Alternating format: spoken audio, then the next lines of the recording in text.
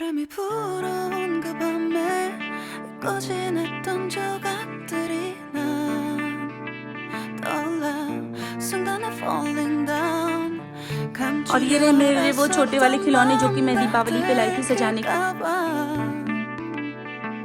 도망가 버렸지 떠올라 순간에 और ये मेरी नानी की रेसिपी है जो कि मेरी मम्मी को मिली है, उसके बाद मम्मी ने मुझे दी ये रेसिपी। पॉलीथीन की शीट हो या फ्रिज मैट आती है, ये नींबू का छिलका डाला है ना, 도망가 버렸지 इसको आपको बिल्कुल भी फेंकने की जरूरत नहीं है। तो ये था आप गर्मियों का आपका टिप, इसको आप जरूर से फॉलो करें।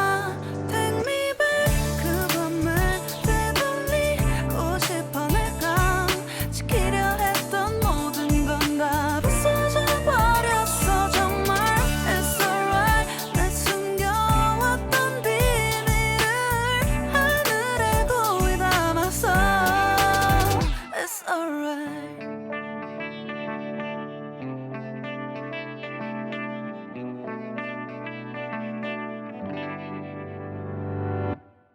빗물에 내 맘도 씻겨 너와의 기억들 모두 तो काम अब लगभग फिनिश हो चुका है। अब घर में कोई भी कारपेंटर का काम बाकी नहीं बचा है, तो क्योंकि काम छती पे हो रहा था इस वजह से। और यहाँ पे जो भी लकड़ी का बुरादा हुआ, कटी लकड़ी हुई, सारी चीज़ें सब यहीं पे थी, तो इस वजह से पौधे मेरे बहुत ज़्यादा, पौधों पे असर आ गया, बहुत ज़्यादा पौधे ख़राब हो गए। तो ये देखिए भी रस्सी यहाँ पर बंधी हुई है, कुछ इन्होंने किया है रस्सी बांध करके। और ये जो क्यारी मैंने बनवाई थी तो ये भी बहुत पूरी तरीके से गंदी हो गई थी, बहुत ज़्यादा इसमें लकड़ी का बुरादा और बहुत ज़्यादा गंदगी फैल गई थी। तो पत्थरों को मैंने अलग करवा कर, यानी वो जो ब्राउन वाले पत्थर थे मेरे वो, और यहाँ तो अभी आपको सिर्फ 3 बोरी दिख रही है, ऐसी बहुत सारी बोरियाँ मैंने फिकवा दी हैं। और अब छत की पूरी अच्छे से धुलाई करवाऊँगी और सब जैसे पहले था वैसे सारी चीज़ों को अरेंज करवाना है। और ये रहे मेरे वो छोटे वाले खिलौने जो कि मैं दीपावली पे लाई थी सजाने के लिए। तो ये कारपेंटर भैया लोगों ने इनको उसको उठा करके ऊपर रख दिया है सेफली, लेकिन फिर भी एक आधे टूट गए हैं इसमें से।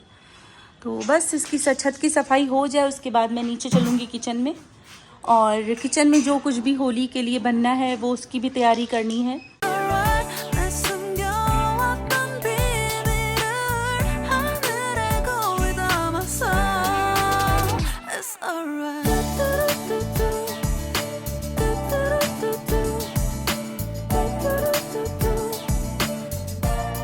It's gonna be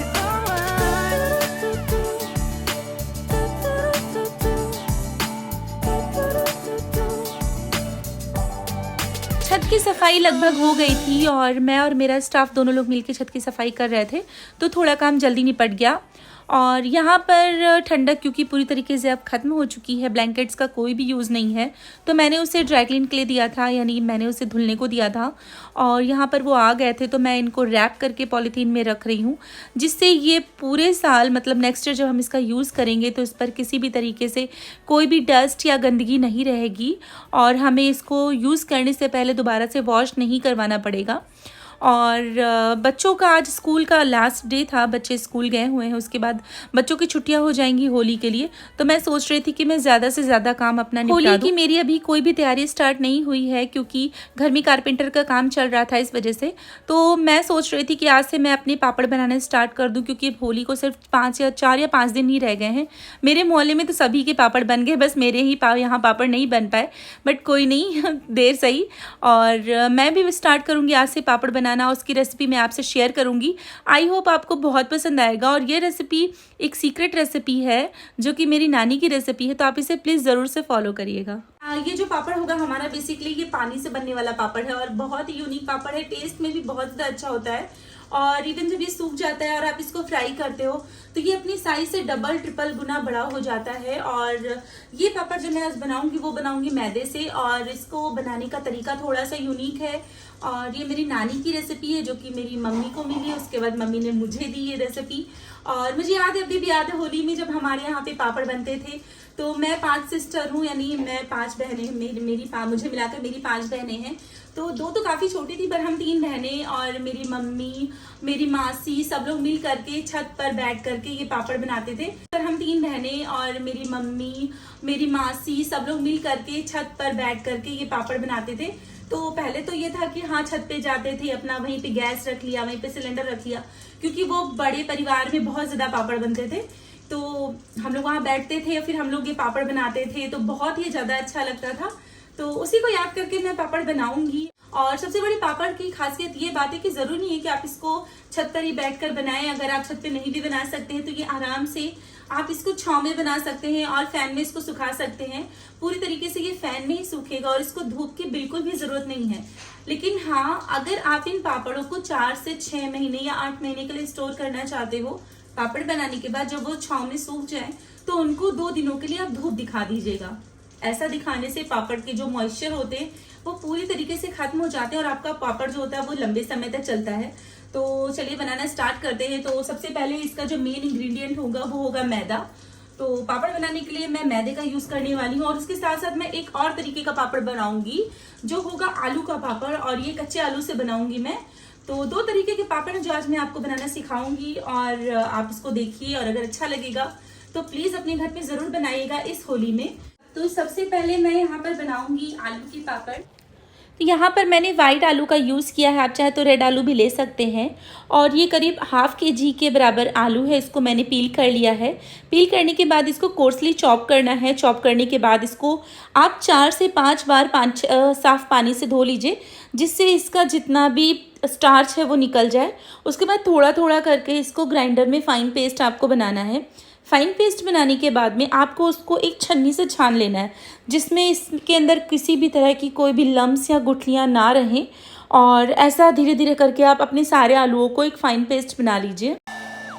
Take me back 그 밤에 되돌리고 싶어 내가 지키려 했던 모든 건 다 부숴 तो मैंने यहाँ पर आलू पीस लिया है और आलू को पीसने में आधे कप पानी का यूज हुआ है। उसके बाद में अगर आप मेजरमेंट ऐसे लोगे कि अगर आप 1 आलू का इसको बना रहे हो, मैं मोटा मोटा रेशियो आपको बता रही हूँ, तो 1 आलू के ऊपर आपको 2 कप पानी यूज करना है। तो मैंने यहाँ पर टोटल 5 आलू यानी ½ kg आलू था मेरा, तो उसमें 5 आलू मेरे हुए, तो 5 आलू में मैं लूंगी यहाँ पर 10 कप पानी।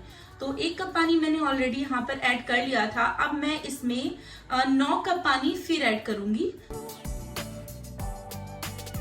It's alright 꼬진했던 조각들이 난 떠올라 순간에 falling down 감추려 애썼던 마음 다 들킬까봐 तो जब तक हमारे आलू पक रहे हैं तो मैं आपको एक चीज़ दिखाती हूँ, और ये है सोया, जो कि ऐसे होता है। और ये हमारे साइड में तो बहुत मिलता है, आई डोंट नो आपकी साइड में मिलता है कि नहीं मिलता है।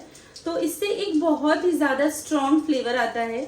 तो मैं इसको कट करके उसके अंदर डालूंगी। ये आपको नहीं मिलता है या आपके यहाँ पर ये नहीं अवेलेबल है तो आप नॉर्मली हरा धनिया भी ऐड कर सकते हो। हम व्रत में नहीं खाते हैं तो ये सोया है, देखिए इसकी लीव्स ऐसे होती हैं, कुछ कुछ रोजमेरी टाइप की होती हैं।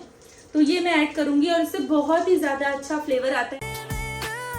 하늘에 고이 담았어 It's alright पॉलीथीन की शीट हो या फ्रिज मैट आती है जो कि सिलिकॉन की होती है या प्लास्टिक की होती है, तो आप किसी भी प्लास्टिक की शीट पर इसको फैला सकते हैं। तो यहाँ पर हमारे आलू का जो ये बैटर था ये पूरी तरीके से रेडी हो चुका है और इसको ठंडा होने में करीब आधे घंटे का समय लगेगा। तब तक मैं आपको बताती हूँ कि मैदे का पापड़ कैसे बनाते हैं। तो अभी ये बहुत ही ज़्यादा गर्म है, तो हमें इसे थोड़ी थोड़ी देर पे ऐसे से चलाते हुए ठंडा कर लेना है।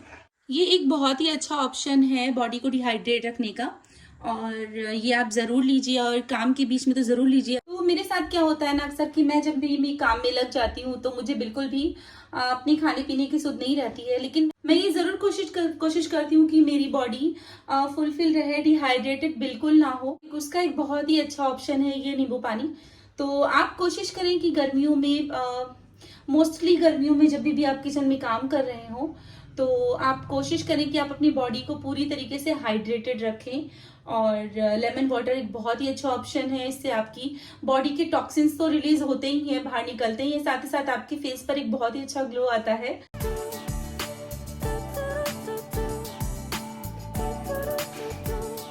ये नींबू का छिलका डाला है ना, इसको आपको बिल्कुल ही फेंकने की जरूरत नहीं है, इसको आप दोबारा से रिफिल करिए। रिफिल करने के बाद में इसको आप दोबारा से फुल कर लीजिए और इसमें एक छोटा सा दालचीनी का टुकड़ा डाल करके इसको रख दीजिए। और जब भी आपको प्यास लगे तो 2 से 3 बार आप इस वाटर को जरूर ले लीजिए। तो ये बहुत ही अच्छा डिटॉक्स वाटर होता है आपकी बॉडी के लिए। तो ये रहा आप गर्मियों का आपका टिप, तो इसको आप जरूर से फॉलो करें।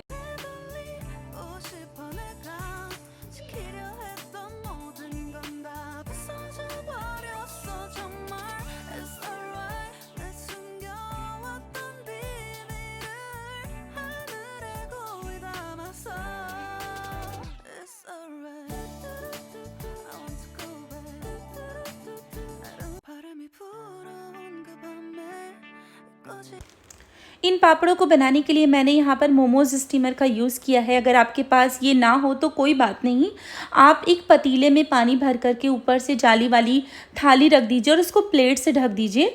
तो आप इस तरह से भी इसको बना सकते हैं। और साथ ही साथ मैंने इसको कलर देने के लिए लिक्विड फूड कलर का भी यूज़ किया है और यहाँ पर मैं लाइट पिंक कलर का यूज़ कर रही हूँ। यहाँ पर मैंने एक पॉलीथीन की शीट ले ली है जो मैंने बिल्कुल अपने साइड में एक बिछा ली है रसोई में ही।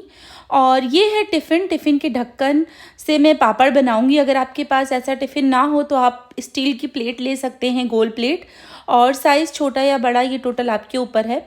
और साथ साथ में मैंने यहाँ पर एक बाउल रख लिया है जिसमें नॉर्मल वाटर है, टैप वाटर, और अपना बैटर है वो भी साइड में रख लिया है। उसके बाद आपको कोई भी वेजिटेबल ऑयल लेना है जिसमें कोई भी फ्लेवर ना हो और उसमें अपने प्लेट में 2 चम्मच आप बैटर डालिए, उसको इवनली स्प्रेड करिए और इसको अपने स्टीमर में डालना है। लेकिन आपको इस बात का ध्यान रखना है कि आपके स्टीमर का पानी अच्छे से बॉयल हो रहा हो। जैसे आपने भी देखा कि इसमें बहुत अच्छी खासी स्टीम निकल रही है। और इसको फिर दूसरे प्लेट के साथ सेम रिपीट करना है। और आपको कैसे पता चलेगा कि आपके पापड़ अब हो गए हैं, तो उसका भी मैं एक बहुत ही अच्छा ऑप्शन आपको बताती हूँ कि आप इससे पहचान सकते हो कि जैसे ये पापड़ देखिए मैंने भी ढक्कन हटाया ना, तो इसके ऊपर ही आपको ये बबल जैसा दिख रहा होगा। तो जब भी आप ढक्कन हटाओगे स्टीमर का, अपनी कैप हटाओगे ऊपर वाला, तो एक बबल जैसा यानी जो भाप होती है वो पापड़ के नीचे चली जाती है, जिससे वो पापड़ हल्के से फूल जाते हैं। तो ये एक बहुत ही अच्छा साइन है पहचानने का कि हमारे पापड़ अब हो गए हैं। और वैसे भी फ्रेंड, जब तक आप एक पापड़ को निकालोगे, उसको पॉलीथीन पे डालोगे, तब तक आपका वो पहले वाला पापड़ कंप्लीट हो चुका होता है। तो बस उतना ही टाइम लगता है पापड़ बनने में। और इसको ऐसे ही सेम प्रोसेस से हमें सारे पापड़ों को निकाल लेना है। और आप चाहें तो इस बैटर को 3 चम्मच भी डाल सकते हैं, उससे आपके पापड़ थोड़े से मोटे बनेंगे और टेस्ट में कोई फ़र्क नहीं आएगा। और स्टीमर से निकालने के बाद आपको डायरेक्ट इसको पानी में ही डिप कर देना है, क्योंकि ये प्लेट काफ़ी हॉट होती है। और अगर आपके पापड़ कहीं से स्टिक हो रहे हो तो उनको आप ऐसे ही हल्का हल्का सा उसी के अंदर पानी डाल दीजिए और बहुत ही आराम से आपके पापड़ छूट जाएंगे। 바람이 불어온 그 밤에 꺼진했던 조각들이 난 떠올라 순간에 falling down 감추려 애썼던 마음 다 들킬까봐 도망가 버렸지 깊은 밤 잠든 널 내 안에 담아두고 있어 जब तक मेरे मैदे के पापड़ बन रहे थे और यहाँ पर हमारा जो आलू के पापड़ का जो बैटर था वो पूरी तरीके से ठंडा हो गया था, तो ये बैटर थोड़ा सा ज़्यादा था, इसलिए मैं आधे बैटर को छत पे ले आई थी पॉलीथीन पे स्प्रेड करने के लिए। और देखिए फ्रेंड्स, शाम होने वाली है, यानी ऐसा बिल्कुल भी ज़रूरी नहीं है कि आपको ये पापड़ धूप में ही दिखाना है, आप इसको छाँव में भी फैला सकते हो। और मेरे जैसे यहाँ पर जैसे मैंने डाइनिंग पर फैला रखा है, तो आधे पापड़ मैंने छत पर डाले थे और आधे पापड़ को मैंने यहाँ पर पंखे में सुखाने के लिए रखा हुआ है। कोई फ़र्क नहीं पड़ता है, कलर पर कोई भी असर नहीं आता है। और ये साइड से देखिए सूखने भी लगे, यानी कि मुझे इन्हें डाले हुए करीब 1 घंटा हो गया और ये साइड से ड्राई भी होने लगे। तो फ्रेंड्स, एक बार आप मेरे जैसे पापड़ ज़रूर बनाएं घर पर, और बहुत ही टेस्टी बनते हैं, बहुत ही लाइट वेट होते हैं, तो आपको ये ज़रूर अच्छे लगेंगे। सो आई होप आपको आज का व्लॉग बहुत ही ज़्यादा अच्छा लगा होगा और आज की रेसिपी भी आपको बहुत अच्छी लगी होगी। तो एक बार आप इस रेसिपी को ज़रूर ट्राई करिएगा और अगर अच्छी लगी होगी तो मुझे कमेंट में लिखकर बताइएगा कि आपको कैसा लगा और इसका टेस्ट आपको कैसा लगा, इसका टेक्सचर सेम आया या नहीं आया, या इस रेसिपी से जुड़ी हुई कोई भी क्वेरी हो तो आप मुझे कमेंट में लिख के बताइएगा, मैं उसका रिप्लाई ज़रूर करूँगी। तो मिलते हैं आपसे अपने एक और इंटरेस्टिंग से ब्लॉग में, तब तक के लिए good night, bye bye, sweet dreams, Radhe Radhe. Please subscribe.